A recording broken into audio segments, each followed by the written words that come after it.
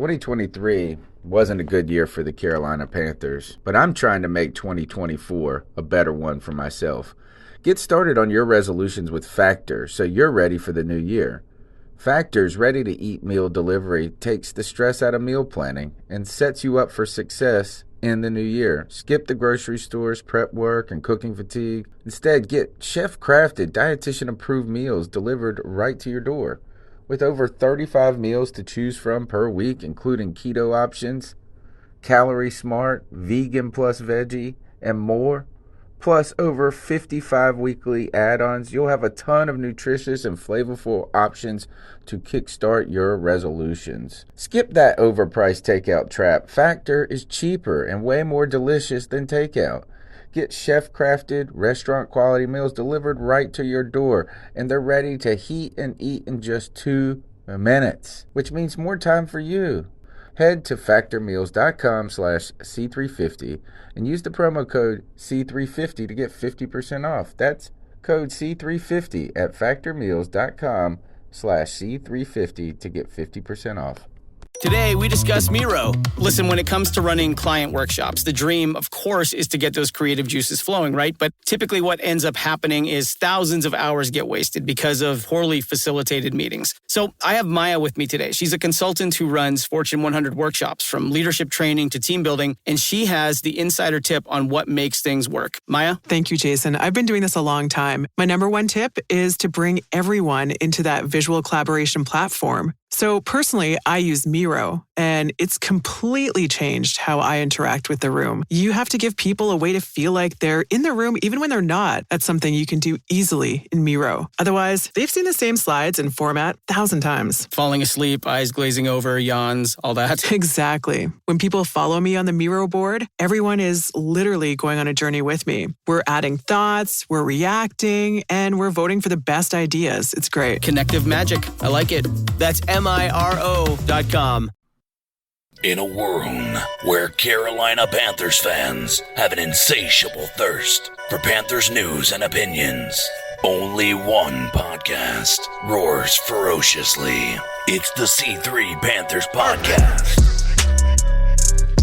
Yo, what's the deal, Panther fans? It's your boy, Tony Dunn. It's the C3 Panthers Podcast, special edition, Double or Nothing, Part 2, where we're chopping up All or Nothing featuring the Carolina Panthers. This little segment is going to be on episodes 4, 5, and 6. And here in the house, talking about the team we love and we got to know even more with me, Cody Lashney. How you doing, my friend? Tony Dunn, it's a Sunday night, and that means we're talking all or nothing. Listen, this is, like I said, this has been one of my favorite documentaries to watch. A lot happened in these episodes that we're going to cover. We got the best Panther fans on YouTube in the chat.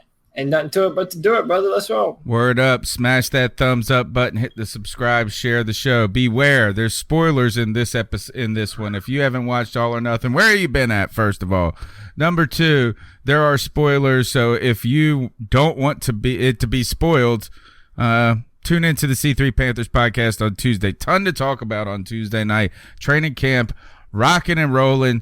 Curtis Samuel's fire. It's all good right now. We're gonna have so much fun Tuesday night, Cody. I almost called you Tony. I'm Tony. Listen, there's so much I want to talk about right now. Panthers Twitter has been lit. There's been a ton of great things to follow, a bunch of great clips, a lot of storylines to follow. So be sure to turn in Tuesday night. And we're going to have a lot to talk about. And we definitely want to hear your opinion in the cat calls. And let us know what you're thinking about Panther news and opinions right now. And that's what we're here for, man. C3 Carolina Panthers Podcast. What's good, D-Tice 79 Underground Wells? Welcome to the show. Pro tip for people that are listening to this bonus episode is that the C3 Fantasy Football Challenge opened tonight. I sent out the VIP invitation. So if you were in the league last year, check your email. You have an invitation to go register. But if you're listening right now, you actually are a VIP, because I'm telling you, you can go to CarolinaCatChronicles.com. You can click on the C3 Fantasy Football Challenge tab, and then you can go register. And I'm telling you, it's going to be lit this year. The premium package is going to get some dope stuff, but they're going to be entered into a raffle for a autographed DJ Moore jersey as well as an autographed Cam Newton football. These are just among 2 of fantasy football prizes out there. It's the only fantasy football league for Panther fans with Panther prizes and Panther awards only. It's a great time. Check it out and check your email. Now, Cody, we're here to hit up episodes 4, 5, and 6. This is your sweet spot. You did not want to do part 1 of the show. You wanted to just go ahead and talk about this. Yeah. Look, episode 4 starts off. Thomas Davis returns from a 4-game suspension. When I was watching it, it took a while for me to remember that was a storyline too. I don't even know if we mentioned that when we were in our anticipation discussions about storylines to follow. Thomas Davis returns from a 4-game suspension. They made it out to be that he was a big critical addition back into the defense at that time. Yeah, absolutely. Shout out to J-Dub, Jake Delhomme, Blue Charter, Underground West in the chat. Yeah, I mean, listen, this was Thomas Davis's last season. So, you know, this is tough, man, because to me, Thomas Davis is an all-time Panther great. I love him. I love everything that he stands for. I love everything that he's done for this football team. You know, the camaraderie between him and Luke and just what they've meant to our defense, especially the both of them together on the field. I mean, they really did a ton for us. And Thomas Davis, you know, it was sad to see him go out that way. His final season with the Panthers, he had to miss the first 4 games of the season. And I don't know. I mean, I think it happens. I think you're starting to see a lot of the problems with the drug testing and the NFL now is that a lot of these substances aren't made known what you are and aren't allowed to take, at least not to the public. So these players are putting out apology videos, and that happened to Thomas last year. And, you know, I don't care what anyone says. I never thought of him as a cheater, even because of one thing that happened to him in his career. And I don't necessarily feel that he meant a lot to the defense when he came back, other than maybe a leadership presence. But, yeah, Thomas Davis. Well, he did in that initial game, right? Is that initial game? He had a ton of tackles. You know, he finished with just 12 games. He still finished with 79 tackles, 46 solo tackles, 33 assists. And, you know, I mean, in just 12 games, he did that, basically the numbers he put up the year before in 15 games. Now, you know, you saw that video, Thomas Davis, the heartfelt moment.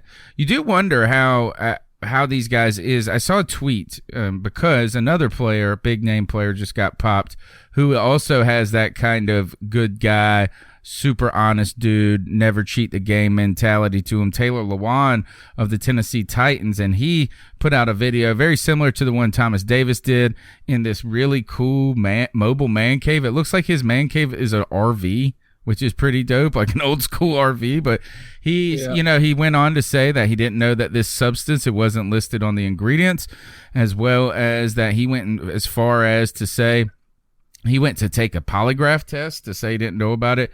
That same substance that hit that kid, that the kid from Clemson got popped. And I saw I saw a tweet from a guy who said, you know, at some point you got to wonder if these players have a lawsuit on their hands against these companies for lost wages because of a failure to articulate what's in the product. Yeah, and like I said before, I remember even saying this last year. A lot of these supplements are made in China, and the same companies that make one batch of supplements, they make another batch of supplements, and sometimes they get mixed up in the same vat. I mean, half of the stuff on the counters, over half of the stuff on the counters in a GNC, if you take that stuff, you'll test positive in a lot of different professional organizations. There are no laws about strict labeling of what they put in each and every protein powder or whatever the hell you're deciding to use. So it really is kind of everyone for themselves. I don't understand how these non-FDA approved products have such latitude, but damn, people can't smoke weed.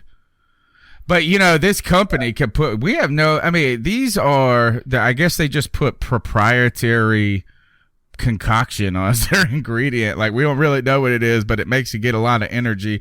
You just wonder how much of this is real science, pseudoscience. Why can't we have more regulatory bodies that are helpful there? Maybe the NFL should be the one that institutes that, for where they have a service that you can have submit your own supplements to be approved by the NFL.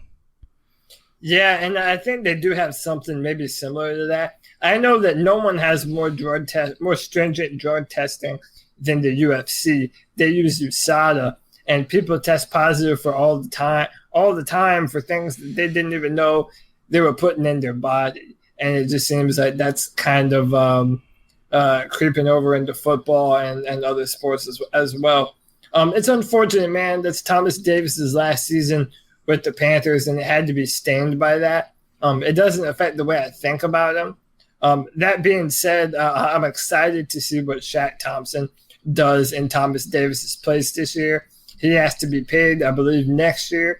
So he finally has 1 year to prove that he is, worth that first-round draft pick that we spent on him in 2015.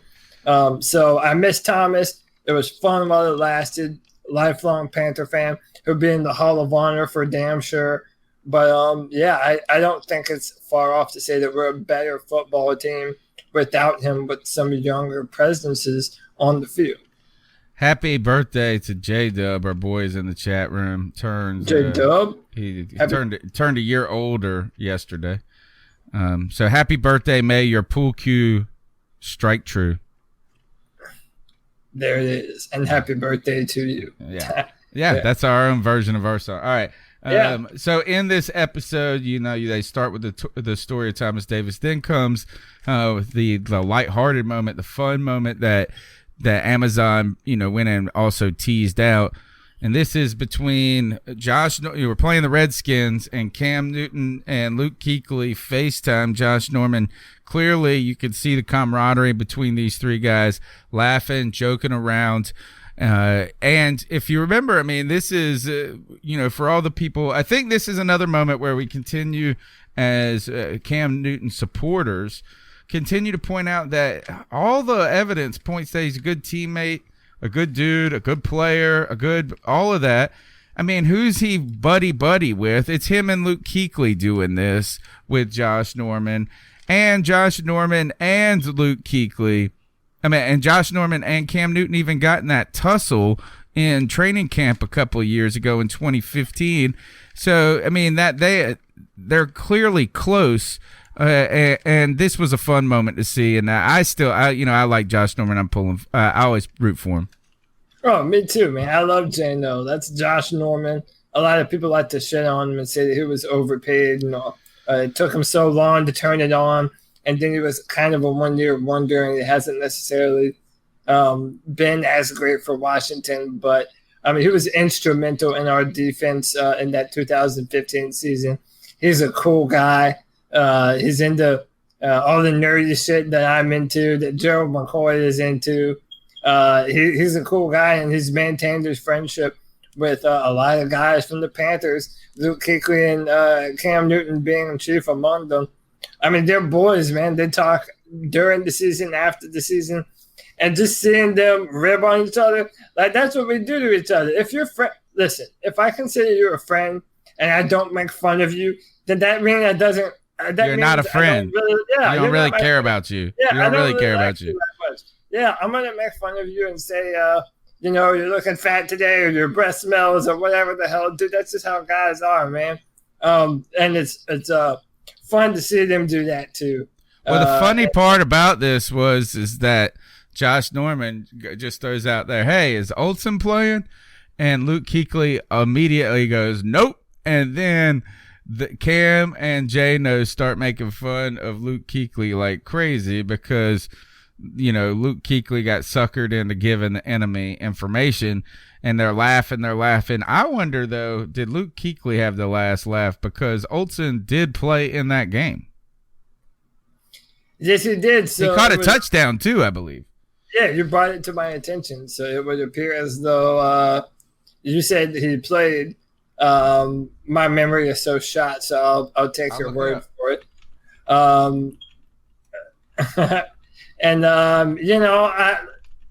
Listen, it's one of those things where Luke is just he's a genuine guy. He thought that he was,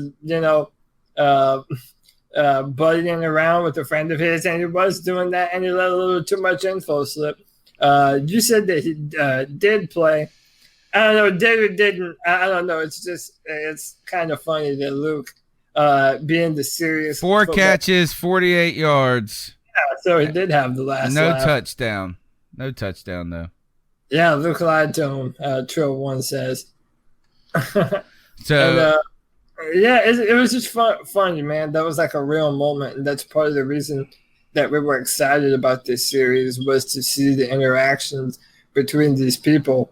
And it was fun having one with Josh Norman because he's such a character. So this was a game that was, gosh, it really was we wanted to say it was a one-off, right? We wanted to say that we let one squeak by us where we had a chance to win, which they did towards the end. But it started on the worst of notes, very much like the game that would come 2 weeks later, I think, or the following week. DJ fumbled on that special teams. He had 2 fumbles in this game, DJ Moore. Tough game for the rookie there. And Gano goes from a hero against the Giants to a 0 against the Redskins, missing his first of many extra points. So you started to see the downward spiral right there, or at least we at that point in the season, Cody, were saying, hey, we are 6-3. All we got to do is turn this sucker around. Maybe. No, we weren't even 6-3. That was our second loss of the season, maybe? I have to look it up. Yeah, that was our second loss of the season. Because then was it earlier? Because later I think we masked some of the problems. Actually, no, we started to see some of the problems show their head around this time, Cody, is that you start to see Cam after that Giants game putting, the shoulder. They're starting to talk about it in the show. He's got going through the treatment. And then you have this sad loss here, this kind of disheartening loss that seems like a one-off. And then you start to see that it's not a one-off and that it's going to be a long-term problem going forward, but shortly masked by some success. We beat the Ravens at this point. You come back, you beat the Titans. So you come back and you beat the Ravens. Cam Newton had a great game against the Ravens, played through these, the shoulder soreness. He was looking great. Curtis Samuel starting to catch fire in that Tampa game. There's a lot of good things going on at this point. But truly, in the background, Cam Newton's injury was getting worse, and that defense was getting worse each and every week. It really was. And, as the shoulder injury started to progress, the defense, it really showed you that the offense couldn't depend on the defense and vice versa. But I also find it funny that this game was right before Philadelphia, and it was practically the same football game, except for in one game we managed to get that crazy comeback at the very end of the game, and then one we didn't. And one of them, Cam put the game on his shoulders and won for us. And then some people, like a Brother Herbert, say that Cam lost that game against Washington by missing that throw to Christian McCaffrey. So he did. I mean, it was too far. I mean, it was right look, 6 feet off. It's kind of one of those things is that do we want to pinpoint one play? He connects and he makes in that game as one. He connects and you continue to hide a lot of this stuff. But we saw if you go from, that game in Washington, and then you go into episode 5. It begins with those wins against the Ravens and the Bucks. Some success is masking that these problems are getting worse. But you see Cam Newton talking about how fun it is and all of this, but you're starting to see that the problems aren't just on the offensive side of the ball. Episode 5 starts to highlight some of the difficulties that the defense was having, even though they never talk about the defensive line in this show. But your boy, Dante Jackson, our boy, we all love Dante Jackson. I think he's going to be a superstar corner going forward. But what we saw is that he started to, what I believe is he felt the fatigue of the pro season. And that is the pro season. There's no talk about what you did well. It's only talking about what you need to do better. And it's one that doesn't ever end. And you could see that he was starting to get tired. It felt like watching film, receiving criticism from players and coaches. He starts to argue at one point with the assistant quarterbacks coach. And it felt like a scene from Last Chance U at one point. It really did, man. And listen, knowing that Pittsburgh game was so brutal for us and that we ended up losing the way that we did, it was almost poetic, that happening right before we played them, that Dante Jackson is letting things slip. He's not being technical. He's so used to relying on that talent and his ability to make a play on the football that right before, we go into Pittsburgh, that happens. And then he plays Antonio Brown. And Antonio Brown he embarrassed him. And then he throws that temper tantrum on the sideline. Cam had to come over and give him a talking to like a dad. Yeah, man. Like a dad in public. You know what I'm saying? Your kid's misbehaving and you want to just beat their tail. But everybody's watching, so you're like, you got to give that stern encouragement. You have to, hey, Rook, get your head on your shoulders and do your job, and don't let them know that they're under your skin. I mean, I don't know what else to say. Sometimes there's no better way than to learn the hard way. Now, one interesting part about this, Cody, is it wasn't just the interaction with Dante Jackson and the coach in that scene or the frustration you saw in the Pittsburgh game as things started to fall apart. But, look, everybody was frustrated probably in that Pittsburgh game. I thought that what was telling is at some point that the old hats, the OGs, Captain Munderland and Mike Adams, as well as Eric Reed was in the room at the time, They saw this. They saw that Dante is making rookie mistakes over repetitive mistakes. And Dante's young. Let's give him that. I don't think anybody should pull away from this, that he's uncoachable, that he's not going to be a pro.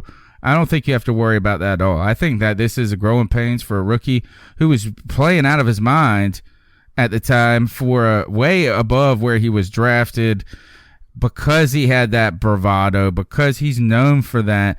But as he grows and matures and gets a little bit more past these kind of spells, I think he's going to progress in this. He was unhappy with the way he was portrayed by All or Nothing. He's been vocal about that. But, Cody, what do you think about that meeting with the players talking about that? To me, that's more instructive about what's going on than the coaches saying something. It is a little more instructive, and it gives me a little bit of pause and a little bit of worry, because both of the guys that were doing most of the talking are not on the football team anymore. That's Captain Munderland and Captain Munderland. Eric Reed didn't say a word. He was so quiet. Yeah, and you made it a point to bring up before the show that Eric Reed didn't really say anything. Now, to his credit, it's his first year as a Carolina Panther. Maybe he just feels that it's not his place when he hasn't been here that long. Maybe he didn't feel he had the status yet to be able to talk down. Maybe a third person laying it on wouldn't have been beneficial at that time. Maybe it wouldn't have been beneficial. And I know they're already friends, and that they have both been to LSU. So I don't know if that plays into it, but yeah, there's no real veteran presence on our. And this brings us to another point. James Bradbury throughout the entirety of the show is nowhere to be found. I mean, James Bradbury is not present in the show. And even when you do listen to interviews with James, he doesn't come off as a very vocal. No, person. He's admittedly very reserved. Very reserved. So even though he is, but they didn't even show him. Why is he not in the room? That's all the DBs. That's all the DBs and him. He's having such a great season. Yeah, he was having a pretty good season. And, I mean, I don't know, man. It's just that. Even if he's there and being quiet, I mean, he better been in a treatment room or something. Yeah, I really don't know. And so that's the thing. We might never know. I mean, he's playing for a contract as well. Well, so then they go to the Pittsburgh game, and just to remind everybody, it was James Bradbury that gets torched on this first play of the Pittsburgh. We score on the opening drive. Christian McCaffrey walks it down, and it looks like they got no answer for Christian McCaffrey. They're going to do it simple, easy, get in the end zone. Then you go back, and first play for the defense, James Bradbury bites on a move. And all of a sudden, Juju Smith-Schuster to the house, 98 yards. So we saw the only time we saw Bradbury's and getting smoked right there. Yeah. Then things go worse. They go from bad to worse with a tip pass Cam Newton under pressure and throws an errant ball, heaves it up. Trying to just not take a safety, ends up being picked off for a pick six. I thought this was an interesting moment in that because you look at all the stuff we say, like, Cam, don't do that. These are the things that people always talk junk about with Cam. I thought it was interesting afterwards. Norv said, that's on me. And, he understood that the personnel that he put out there wasn't going to make anything happen. He was calling himself out on that play. Yeah, and again, I remember. See, this is mainly when I take shit on Twitter or on this podcast or whatever. Because there are times when I say that's not on Cam Newton, that's not on Cam Newton, and then people come at me, oh, Cody, you're just a Cam Newton apologist, and Cam never does anything wrong in your eyes. Well, okay, listen. Sometimes the play call that you have on the field just isn't right from a personnel standpoint, and Norv Turner knew that. That's not all the time. That's not always the occasion. But a lot of times if you put your quarterback in a shit situation with the shit play, he really doesn't have a lot of options. Yeah, maybe you should have thrown the ball out of bounds or whatever. Taking the safety. Yeah, I mean, you never know what you're going to do. But Norv wasn't going, damn it, Cam. That was not his words. His words were, that was on me. And I thought another thing, because I'm a giant Norv Turner fan, I think he is the right fit for Carolina with Cam Newton. I think it's just the right combination. We saw some of the good things from it last year, but I would say if you kind of looked at some of the body language when things weren't going well in this game, I don't think Norv Turner, not only did he not have his best game, he wasn't ready for this Steelers game either. He didn't have any answers. He should have been able to adjust when they were just getting after it with that 3-4 front. TJ Watt and that other dude, they just unstoppable. And they did not have a way they just couldn't change and adapt. And I feel like that's one of Norv Turner's generally good assets, is being able to mix it up and play against people's strengths and weaknesses. Yeah, and it's just everything that could have went wrong in that football game did go wrong. That's what Rivera said. Yeah, that's what started the slide, and there's no sugarcoating it. Hey, sometimes you just get the shit kicked out of you, and that's what happened, and everyone was embarrassed.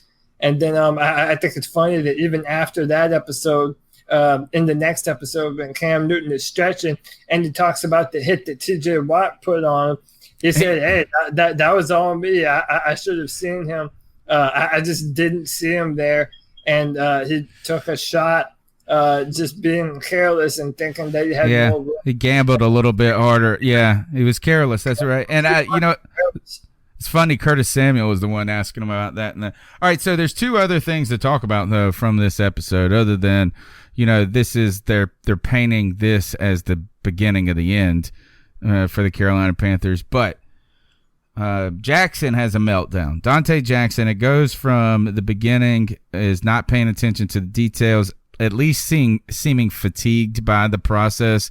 The monotony, I think one of the things that we forget too is that people forget is how tedious and meticulous this is. It's not the fun part. Sunday is the fun part for these guys. Is that I'm not saying they don't like watching film or that like all the guys you see them, they seem to have good attitudes about it. But this is the part that is the work part of football. Yeah. 100%. I mean, it's the part that's not fun. And then, so when you get your ass handed to you like that, then the next week you have to go over the film and watch yourself. And then have the play and the coaches tell you how bad you suck. And then the coaches are laying into you and tell you that you need to do this better and that. Yeah, it's just not a good look, man.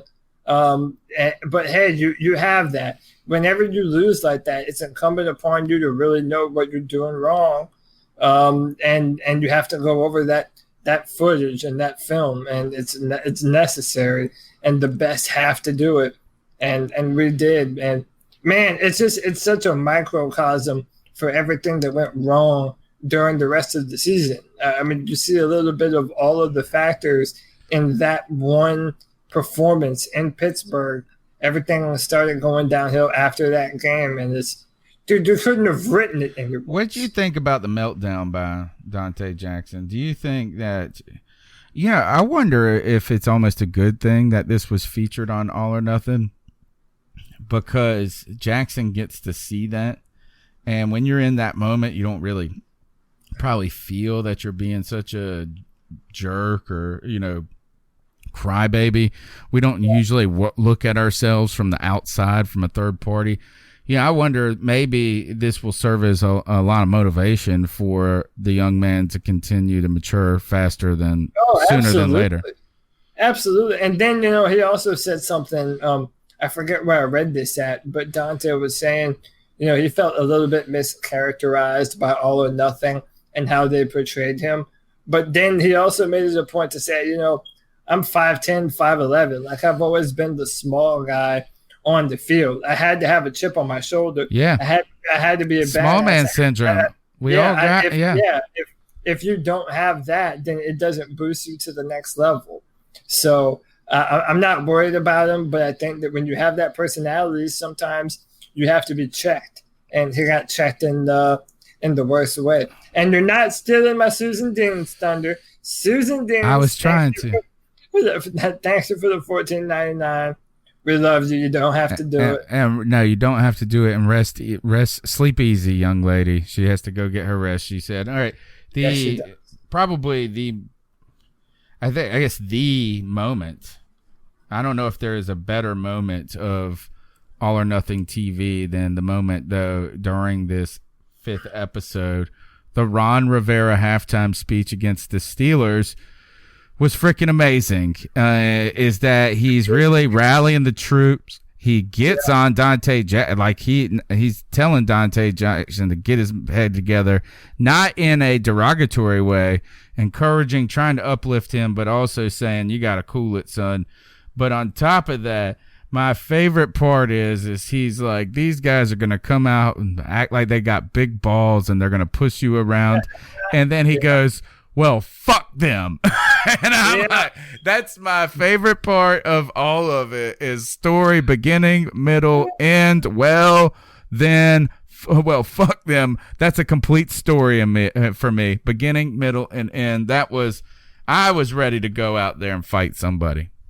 Yeah, I really was too, man. And I think I've said this before. Too bad the Panthers weren't.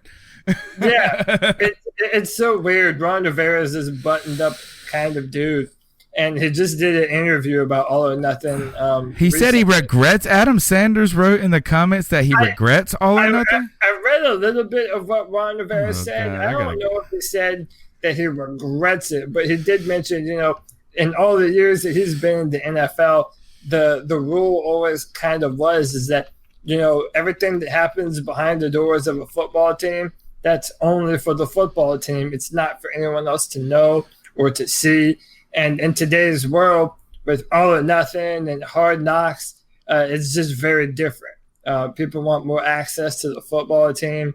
And I bet it is weird, man. You're going home at night, and then there's a camera crew that will film you and your family just doing stuff. Maybe not every night, but, it's intrusive. Yeah, that's how he described it, as invasive, and that he would pass next time. Please don't pass next time. Well, I want y'all to do all of it forever. I just want you to let me into your lives. Actually, just let me into the room, please. All right.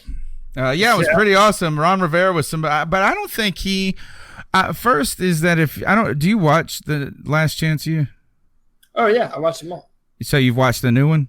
Yeah, all of it. All right. So he's nowhere in the realm of a Jason Brown.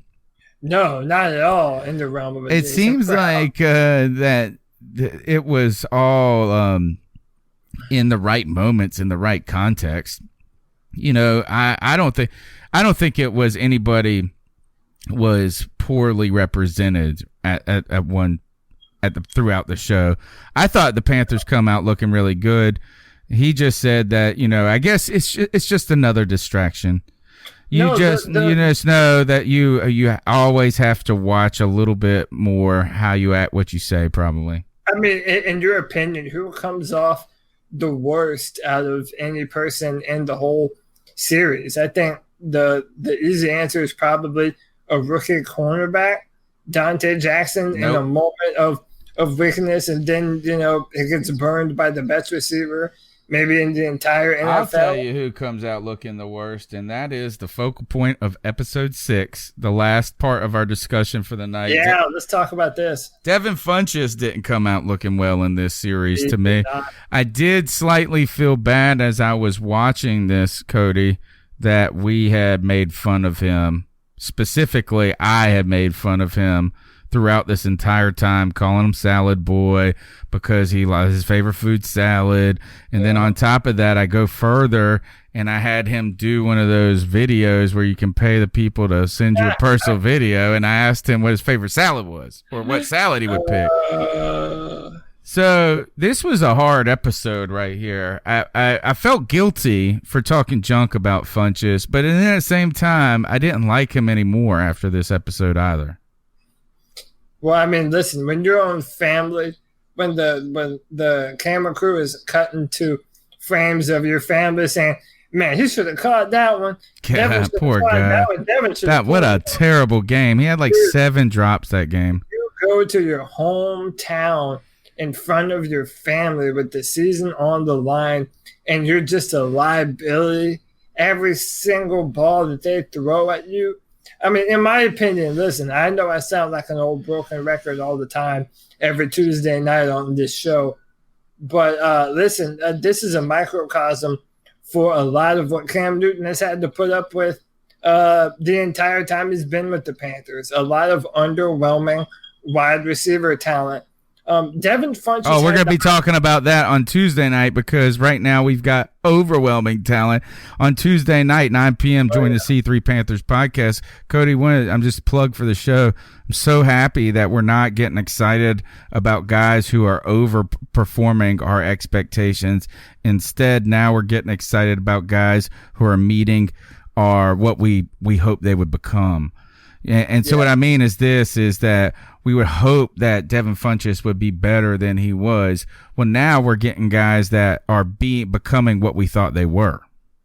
Yeah, Devin Funchess had the opportunity to be our very own version of Michael Thomas. A big body receiver, might not be the fastest, but could use his size and go up and pinpoint the football, especially after Kelvin Benjamin goes down in 2015, Devin's first year in the NFL. I mean, he was put in every position to be a very successful wide receiver and even the number one option for Cam Newton, and he had every opportunity to prove that he was that kind of a player, and he never ever lived up to that kind of a talent. Well, how many how many players throughout the league and that we've followed have never had that much opportunity given by a team? You know, they get like 4 chances and a team forgets and moves on about it. This episode, Cody, starts with a back, kind of a flashback, not week 11, but early in the season. Funchess gets into a verbal altercation with Scott Turner. Yeah. And now so it was kind of a heartfelt moment. You get to see some cool things. And when I mean cool things is the intimacy of people and personalities and how you have to try to manage these things. Ron Rivera, you know, Funchess comes out and basically says, he said, last week my cousin was killed. He's from Detroit, and not obviously the best of areas in Detroit as well. And he said today was the funeral, and he's just kind of essentially caught up in his feelings at the moment, and he didn't think that the play was getting called in. So he goes in, and then Ron Rivera pulls him to the side, Cody, and really kind of listens to him as the kid. I mean, he's in tears. He's just like a mess at the moment. Yeah. And I hope, I won't say I hope, I don't know how to frame it, is that if it was truly because of his cousin and the funeral and that, and those things were complicating his emotions that day, that's what, you know, at least how he framed it and how we hope it was and expect it was. But I tell you, after he yelled at him, he quick realized you don't do that, because he was on the apology train real quick. He was not sticking. He was like, I am so sorry. I just want to work hard, play football, Please don't cut me.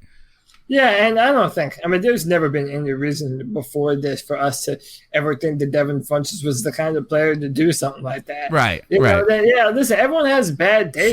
Sure. I've said the worst thing. I understand them too. You have something on the brain and you want to be with your family, and it feels like you're at work, you know, just sitting around with your finger up your ass, not doing anything when you could be with your loved ones during a time of grieving. It's like, listen, I understand. It doesn't mean that it's okay, but at the same time, we're all people, man. No one's machines. No one's born to, you know, work, and do only the things that you're told to do for a living. I mean, we're all people. We all have emotions and families.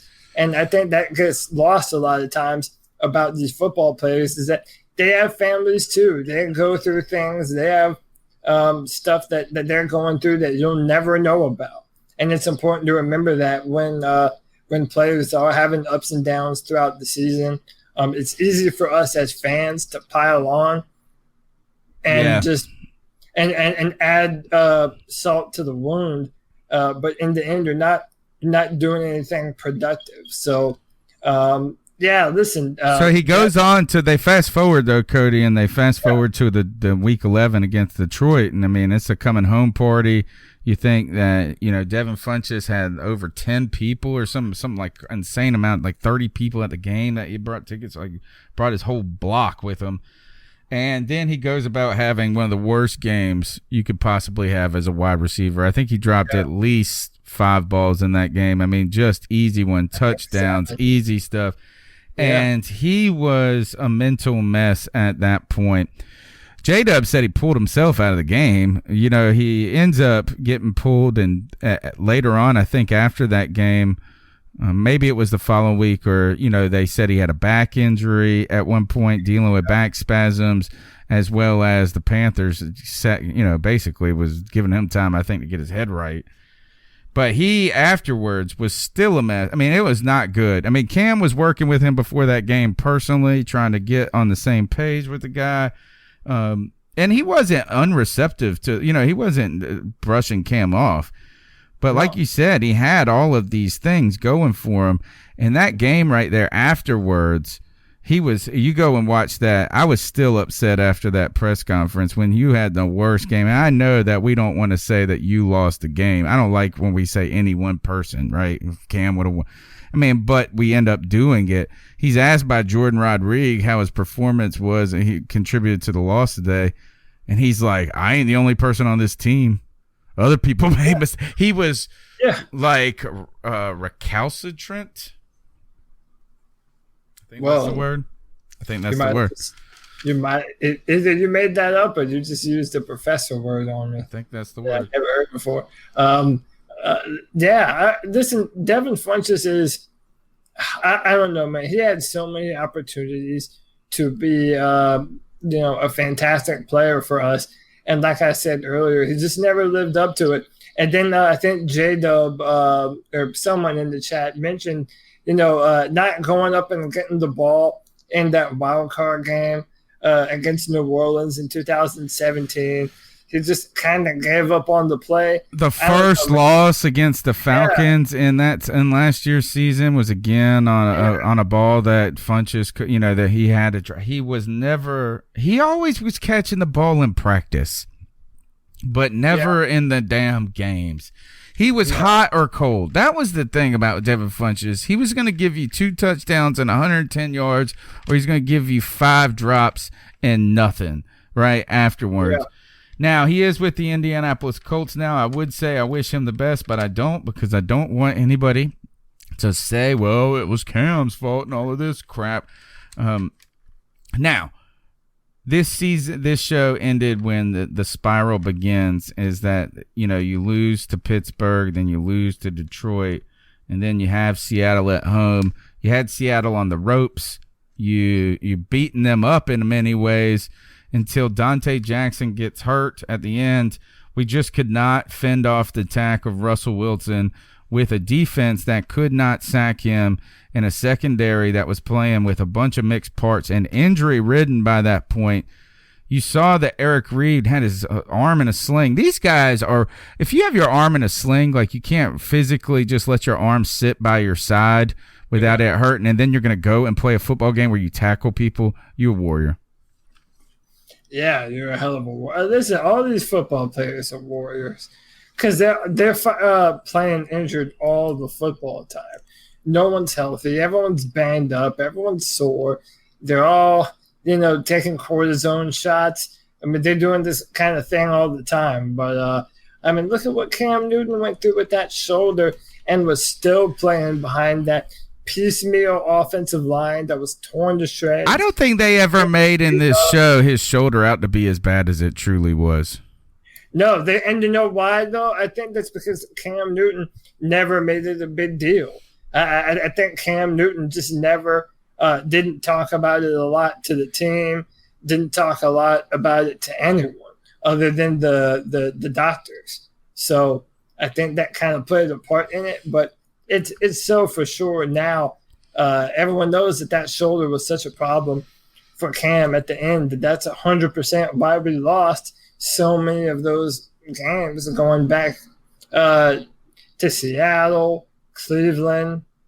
It was a problem. The show ends with the disaster that was the Seattle game, where they come back and they beat us at the last second. And the 2 plays that are kind of 3 plays highlighted. Corn Elder gets burnt twice. Captain Munnerlyn also burned. It just was this disaster of a last-minute drive. Corn Elder, though, put in on the fly, had never played any meaningful time in the NFL yet, still coming off of injury. They said prior, I just read a story about Corn Elder, getting back in camp this year and how he's, continues to be athletic and looking pretty good. And they were saying that last year he couldn't, before training or during training camp, he couldn't even backpedal. He was still having trouble backpedaling from that fractured patella. Corn Elder took a beating in social media after that game. I don't think it was really fair. I think Ron slightly threw him under the bus in the press conference afterwards. He was put in a hard position against a guy they knew. Look, even David Tepper calls it out and says they're going after Corn. But Corn's got to make that play. He was kind of there. He just doesn't turn around. Pat Coltrane with the best comment one of the best comments in Twitter I've seen so far this year. This was during the mini camps or whatever, and Corn Elder broke up a pass or intercepted something, and he said, man, damn, Corn Elder's still messed up by that game last year. He backpedaled that whole play. he didn't turn like he turned around the whole time. He just played the play facing the quarterback, right? It's like he is like, I am not going to get caught not turning around. I'm going to play this backpedaling. But no, is that was the beginning of the end. That was when it became, as Ron Rivera said with that Pittsburgh game, is things got bad and they just kept getting worse, and we just couldn't figure out how to stop them from getting worse. Yeah, and I feel bad for Elder because it was never a position that he was supposed to be in.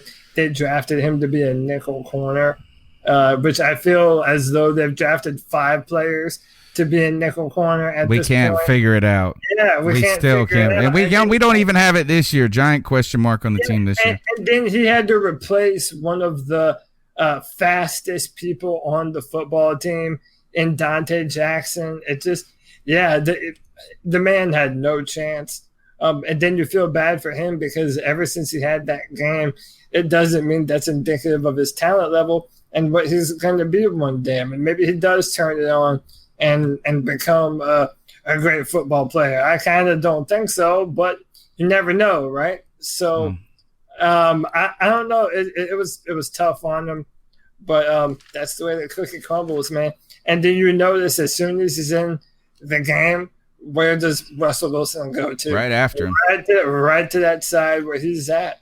And that's what you're supposed to do. Yeah, nothing was working well at that point in the season. At that point, the coaches weren't figuring it out. The players weren't figuring it out. The defense was in sham. That right there, Cody, too, when the secondary starts getting banged up. Eric Reed with the shoulder, Dante with the hamstring or whatever it was. And then, then you're playing with these other parts.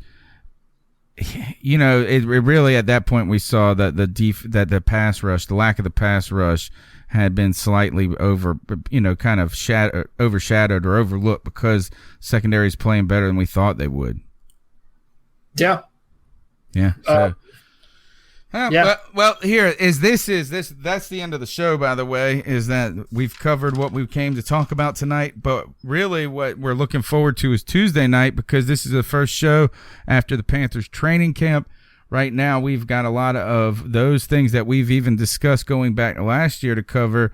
One of the things that you were talking about is how those veteran people are gone, Cody, as in the Munnerlyn, the Mike Adams, and how will this, who will kind of carry the mantle for this defense and step into those leadership roles.